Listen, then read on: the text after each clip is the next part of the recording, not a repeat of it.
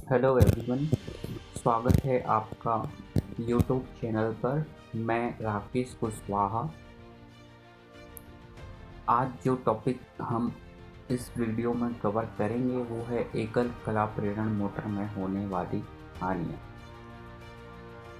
Copper हानियाँ, लौह हानियाँ, वायु एवं घर्षण हानियाँ, ये जो है हानियों के प्रकार हैं जो प्रेरण मोटर में होती हैं।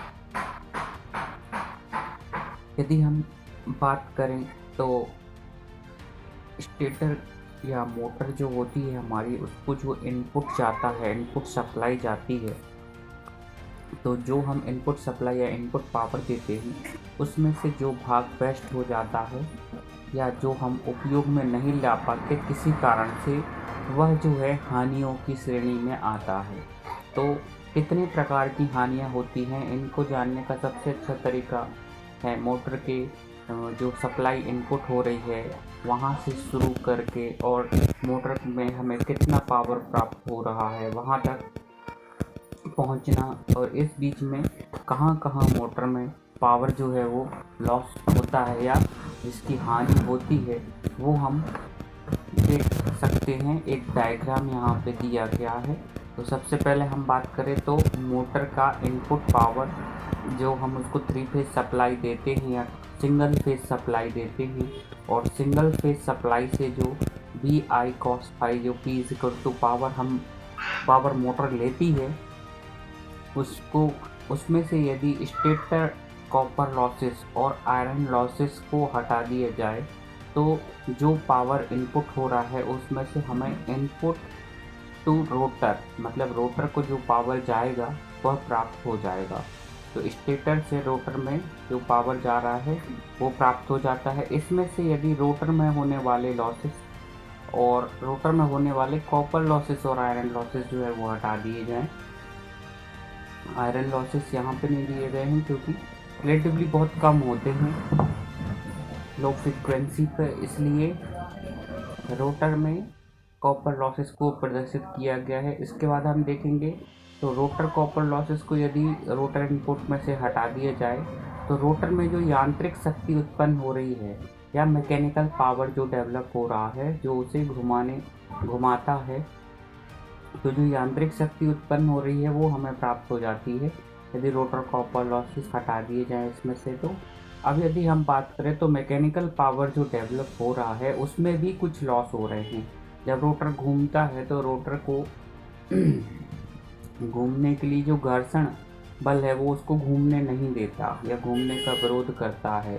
इस प्रकार से windage and friction losses, bearing पर जो घर्षण के कारण लॉस होते हैं, और जो रोटर को जो है घूमने से जो जो चीज़ें रोकती हैं, तो विंडेज लॉसेस और फ्रिक्शन लॉसेस यदि इसमें से हटा दिए जाएं तो जो मैकेनिकल पावर बन रहा था उसमें से मोटर का जो आउटपुट हमें प्राप्त हो रहा है वो मिल जाए, मतलब शाफ्ट में जो शक्ति प्राप्त होगी वो मिल जाएगी। तो हमने देखा कि हम जो मोटर को जो इनपुट सप्लाई दे रहे हैं उसमें जो है इतने प्रकार के लॉसेस होते हैं। यदि इन लॉसेस को हम सेपरेट कर लें तो हमें मोटर का आउटपुट प्राप्त हो जाएगा।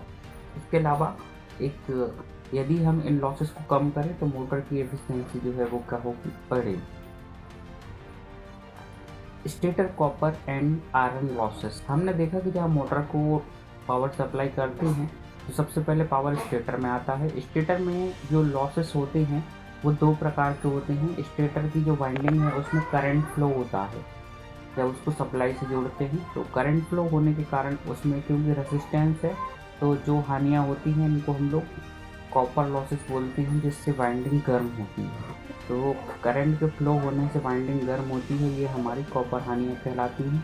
दूसरी होती है हमारी लौह हानियाँ। लौह हानियाँ क्या होती हैं, तो वाइंडिंग में करंट फ्लो होता है जिससे उसके चारों तरफ चुंबकीय क्षेत्र बनता है। अब यह चुंबकीय क्षेत्र जो है वो चुंबकीय कोर से, जो स्टेटर कोर होती है उससे प्रवाहित होता है, जिसके कारण 2 प्रकार की हानियाँ होती हैं। चुंबकीय फ्लक्स में लॉसेस होते हैं, वो है एक चुंबकीय आम्योत्तर, मतलब इसको हम लोग मैग्नेटिक हिस्टैरिसीस लॉस बोलते हैं, और दूसरा है भंवरधारा हानियाँ, जिसे हम एडी करंट लॉस बोलते हैं। सबसे पहले हम बात करें चुंबकीय याम्योत्तर की, तो यहाँ पर एक कोर दिखाई गई है और कोर में जो है वाइंडिंग लपेटी गई है। ये स्टेटर के अंदर है, तो ये जो है वाइंडिंग लपेटी गई है। ये वाइंडिंग में जब अल्टरनेटिंग करंट प्रवाहित होता है तब पहले करंट की दिशा एक तरफ रहती है और फिर करंट की दिशा दूसरी तरफ हो जाती है हाफ साइकिल में, क्योंकि पॉजिटिव हाफ साइकिल में करंट जो है वो एक डायरेक्शन में फ्लो होगा और नेगेटिव हाफ साइकिल में करंट अपोजिट डायरेक्शन में फ्लो होगा। जब करंट का मान बदलता है उस समय जो चुंबकीय फ्लक्स था वो भी परिवर्तित हो जाता है। कहने का तात्पर्य है जहाँ एन पोल बन रहा था वहाँ पर एस पोल बनेगा और करंट की डायरेक्शन के अनुसार, और जहाँ एस पोल बन रहा था वहाँ एन पोल बनेगा। तो चुंबकीय फ्लक्स जो है वो भी करंट की डायरेक्शन के अनुरूप परिवर्तित होता रहता है। अब जो हमारा चुंबकीय कोर होता है वह भी चुंबकीय फ्लक्स के कारण चुंबकित एवं विचुंबकित होता है। तो पहले एक दिशा में चुंबकित था, अब दूसरी दिशा में चुंबकित हुआ। कहने का तात्पर्य है पहले जहाँ एन पोल बन रहा था वहाँ अब एस पोल बनेगा।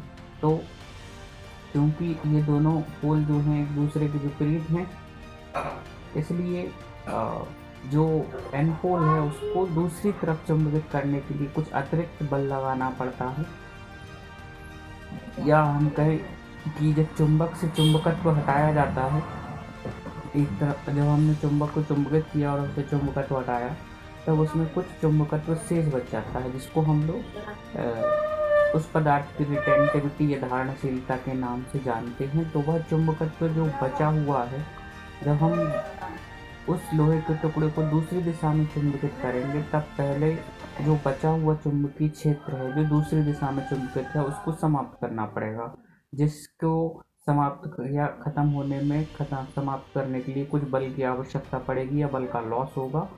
और इसी लॉस के कारण जो है प्रत्येक चक्र में चुंबकन और विचुंबकन में पावर की हानि होती है, जिसे हम हिस्टैरिसीस लॉस से चुंबकीय हानि कहते हैं।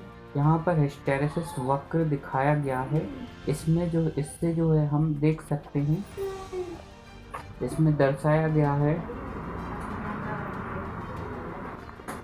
तो जितना चौड़ा ये हिस्टैरिसीस लॉस होगा उतना अधिक जो है हमारा चुंबकीय याम्योत्तर हानियाँ होंगी, और इस चुंबकीय याम ग्राफ के द्वारा इसके क्षेत्रफल से हम चुंबकीय हानियों की गणना कर सकते हैं। तो यहाँ पर H जो है चुंबकन बल है और B जो है वो फ्लक्स घनत्व है। तो जो हमारी कोर है उसमें फ्लक्स घनत्व में किस प्रकार से चुंबकन बल के द्वारा परिवर्तन होता है उसको प्रदर्शित किया गया है। इसके बाद दूसरी हानियाँ जो हैं वो भंवरधारा हानियाँ हैं। तो यहाँ पर एक कोर है, कोर में एक कॉइल लपेटी गई है। जब इसमें करंट फ्लो होता है तो जो हमारी कोर है यह चुंबकित हो जाती है और बार बार चुंबकित विचुंबकित होने के कारण इसमें जो है फैराडे के विद्युत चुंबकीय प्रेरण नियमों के अनुसार विद्युत वाहक बल उत्पन्न होता है।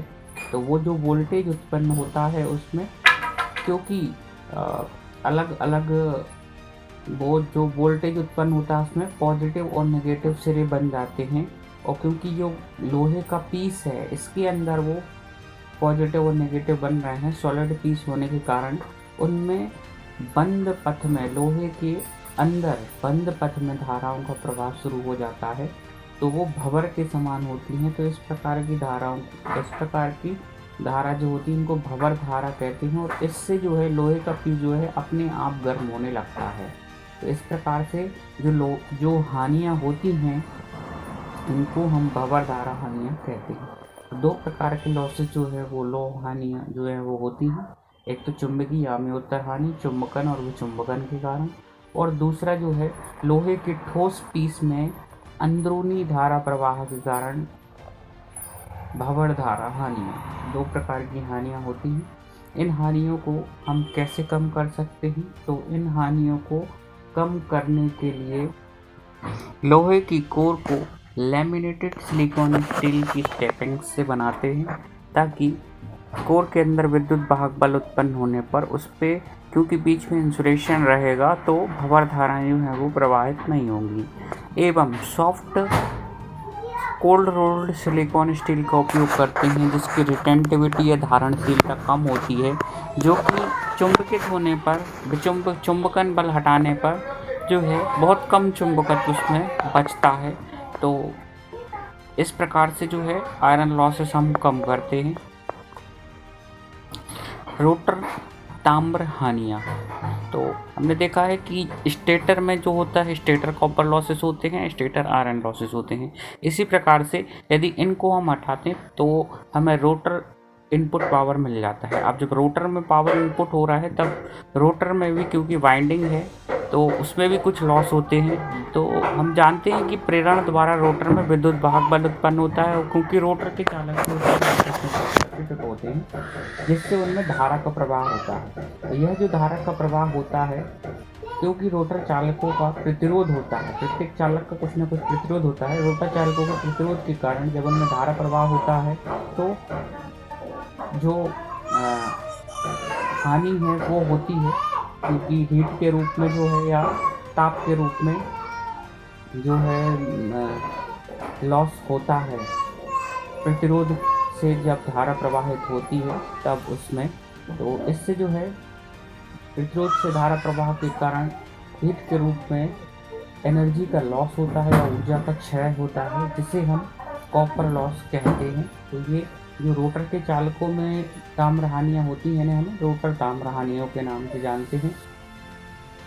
नेक्स्ट जो है वो हमारा रोटर पावर डेवलप्ड होता है।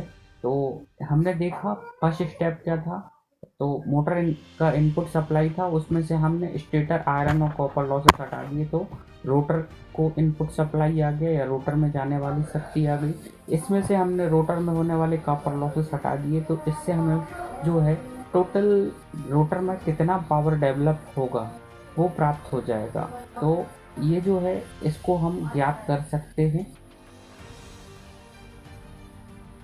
वायु एवं घर्षण हानियाँ, अभी रोटर में जो पावर डेवलप हो रहा है, क्योंकि प्रत्येक जो रोटर है जब वो घूमता है तो उसमें कुछ लॉसेस होते हैं। कहाँ पर होते हैं, तो उसकी बेरिंग के ऊपर जो है घर्षण के कारण, प्लस जो रोटर घूम रहा है तो उसमें वायु घर्षण भी होता है। तो बेरिंग के ऊपर फ्रिक्शन और वायु फ्रिक्शन, यदि इन चीज़ों को हटा दिया जाए, इन दो लॉसेस को यदि हटा दिया जाए, क्योंकि जो भी रोटर में जो टॉर्क डेवलप होता है वो उसको घुमाने के लिए जो है वो काम आता है, और ये जो है उसको घूमने से रोकती है। इस कारण कुछ पावर का लॉस होता है। तो इसको यदि हम हटा दें तो मोटर की जो है आउटपुट कैपेसिटी या क्षमता हमें प्राप्त हो जाएगी। इसी से हम क्षमता एफिशिएंसी निकाल सकते हैं, पी आउटपुट अपन पी इनपुट, तो हमें ये प्राप्त हो जाएगा। यहाँ पे एक फ्लो डायग्राम दिखाया गया है जिसमें प्रत्येक चीज़ों को ग्राफिकली दर्शाया गया है। Active power in stator, stator losses, rotor active power, rotor losses, mechanical power develop, wind and friction losses and power, total power on shaft या आउटपुट पावर। ये जो है हमारा टॉपिक यहाँ पर समाप्त होता है। वीडियो आपके लिए हेल्पफुल रहेगा। चैनल को लाइक और शेयर और सब्सक्राइब करें।